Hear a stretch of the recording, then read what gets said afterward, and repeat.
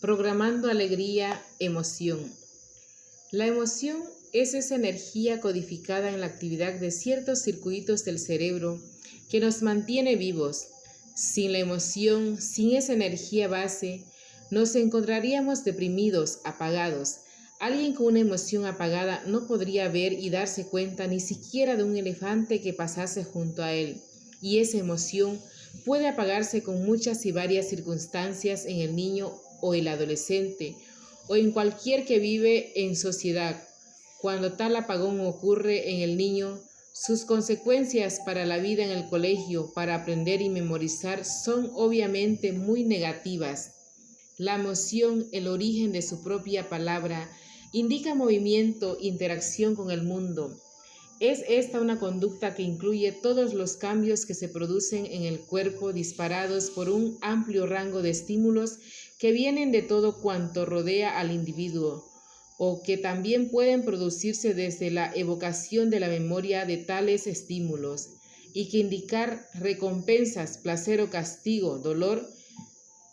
Emoción es también el medio de comunicación más poderoso que existe y con el que se han mantenido vivas millones de especies animales, en particular los mamíferos y más en particular los seres humanos.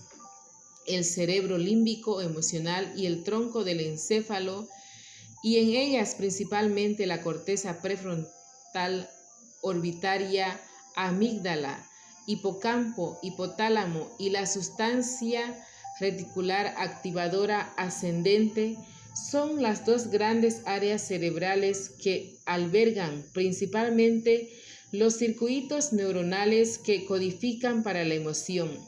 Son circuitos que mientras estamos despiertos se encuentran siempre activos, en alerta, y nos ayudan a distinguir estímulos importantes para nuestra supervivencia. Las emociones ascienden y mantienen la curiosidad y la atención, y con ello el interés por el descubrimiento de todo lo que es nuevo, desde un alimento o un enemigo o cualquier aprendizaje en el aula. Las emociones, en definitiva, son la base más importante sobre lo que se sustentan todos los procesos de aprendizaje y memoria. De hecho, y hoy en neurociencia se conoce bien, las emociones sirven, entre otras muchas funciones y de formas destacadas, para almacenar y evocar memorias de una manera más efectiva. Y es que a nadie se le escapa que todo acontecimiento nuevo asociado a un episodio emocional, bien sea de placer o de dolor, permite un mayor y mejor almacenamiento y evocación de lo sucedido. También la información emocional es básica para la elaboración de cualquier función mental y el buen funcionamiento de las relaciones sociales. Es más, las ideas, que son los átomos del pensamiento, se elaboran en los circuitos neuronales de las áreas de asociación de la corteza cerebral. Ya lo hacen impregnadas de significado, bien sea placenteros o dolorosos, o de amplias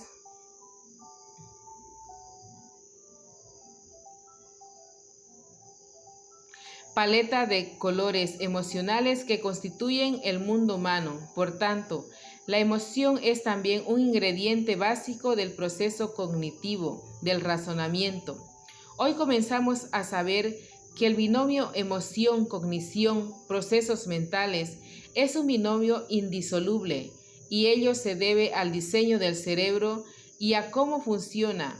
Los abstractos, los conceptos que crea el cerebro, no son ascéticos de emoción, sino impregnados de ella. Esto ya nos debe alertar acerca de la importancia de la emoción, tanto para el que aprende como para el que enseña. El que instruye debe ser consciente de este mecanismo esencial, emoción, como vehículo de sus palabras, si quiere que éstas alcancen al que aprende de un modo sólido y convincente, y esto hay que saberlo bien. Máxime hoy que en nuestra cultura, en los colegios, incluso a los niños pequeños, se les enseña conceptos cognitivamente complejos de modo ascético, desconexionados tantas veces del significado emocional. Y esto es un error, pues nada se puede llegar a conocer más que aquello que se ama, aquello que nos dice algo. Por eso, son importantes las palabras y cómo se utilizan. Las palabras son el vehículo del conocimiento y este es la enseñanza. Debe ser y debe ir siempre acompañado con la emoción. La palabra, aún hoy en día, de tanta accesibilidad a medios técnicos, sigue siendo el centro de toda enseñanza. El que enseña utiliza la palabra lo mejor que puede y a partir de la palabra, de cómo se utiliza y cómo se entona, se puede crear ese atractivo capaz de activar la atención del que escucha y aprende. Instrumento luminoso ya desde los tiempos de la Roma clásica, de la palabra.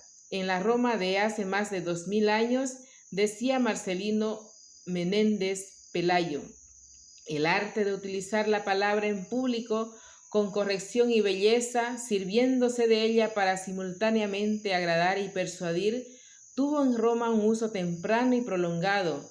En Roma la oratoria impregnaba gran parte de la vida pública y su valor era reconocido en los tribunales, discursos judiciales, en el foro, discursos políticos y en algunas manifestaciones religiosas, elogios fúnebres. Y termina don Marcelino. El arte de hablar bien se convierte también en un instrumento educativo de primera magnitud. Pero no solo la emoción es relevante para la palabra y en esta no solo en la palabra hablada o en la escrita, en la lectura, sino también en las matemáticas. Nada de ello cobra vida y se articula con el razonamiento sin el pegamento emocional.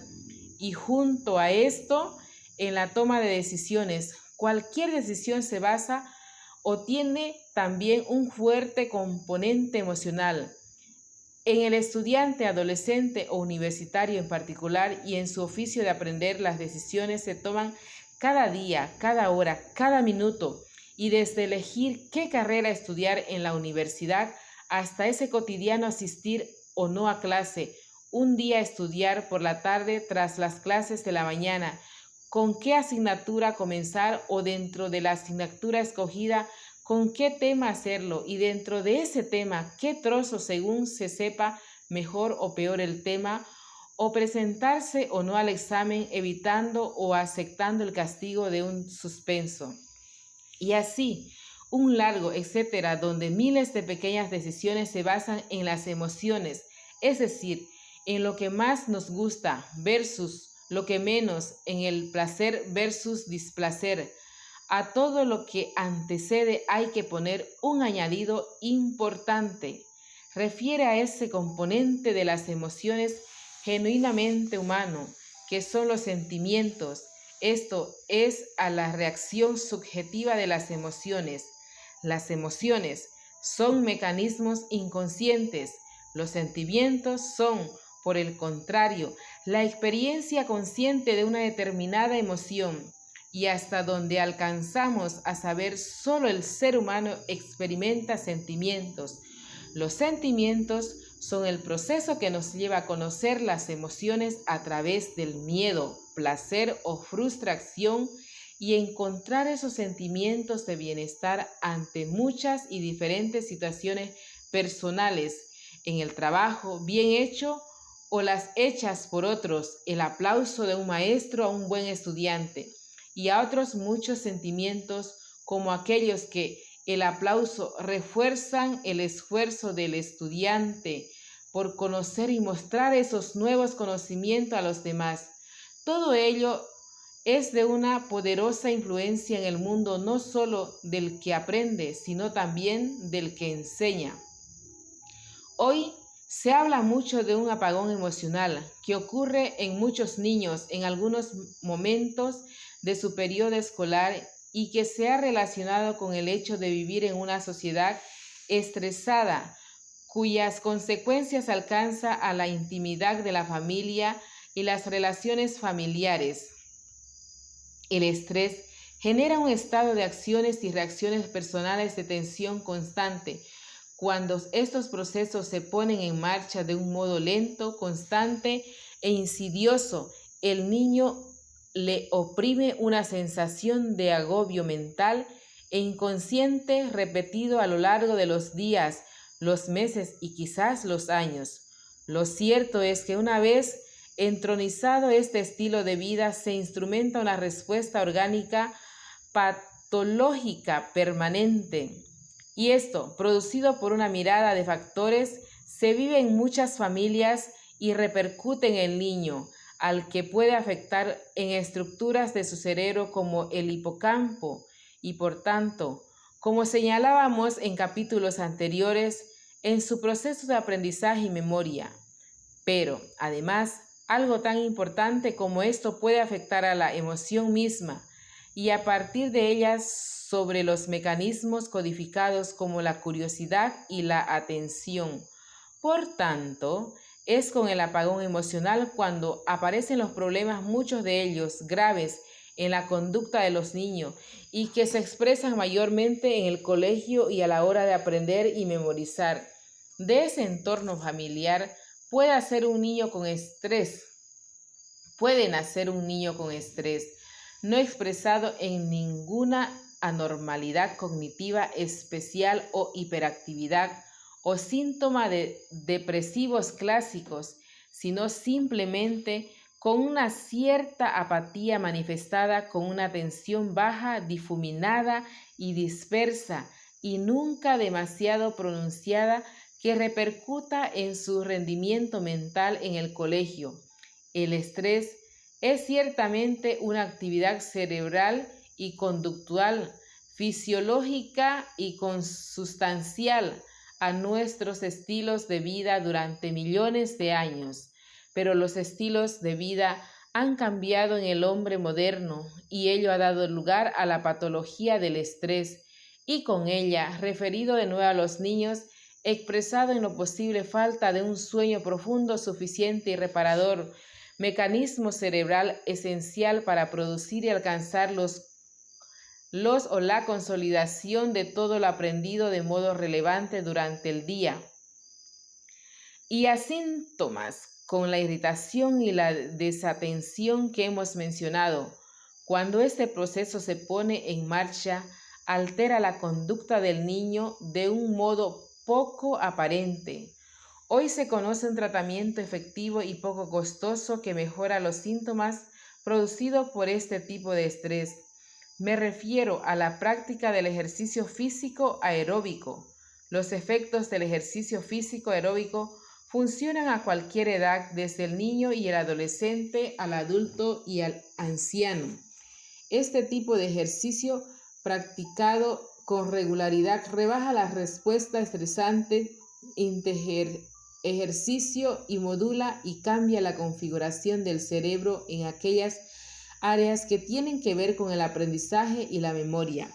De esto se ha dado cuenta los especialistas y frente a la idea surgida hace unos años, en particular en Estados Unidos, de que había que rebajar el número de horas semanales dedicadas a la gimnasia y deportes y dedicarlas en su lugar el duro aprendizaje abstracto. Ahora de nuevo a la luz de los beneficios que sobre el cerebro produce el ejercicio físico aeróbico, se han regresado la idea de potenciarlo y dedicarle tiempo suficiente en los colegios. Estudios recientes lo han venido poniendo de relevancia. Uno de ellos en particular resulta muy interesante. Fue un estudio realizado en Suecia en el que se comprobó que en jóvenes en el rango de edades comprendido entre los 15 y los 19 años, aquellos que practicaron ejercicios físicos continuados alcanzaron altas puntuaciones en esta materia. También fueron los que obtuvieron una más alta puntuación en los test que consideraron elementos como inteligencia y global y verbal y en general comprensión verbal y pensamiento lógico matemático. Lo interesante de este estudio fue además que cuando muchos de esos jóvenes fueron evaluados 50 años más tarde, con independencia de que en el intervalo de estos años hubieran seguido o no haciendo ejercicio, aquellos que habían practicado ejercicio físico en su juventud demostraron tener mejores habilidades mentales durante el envejecimiento.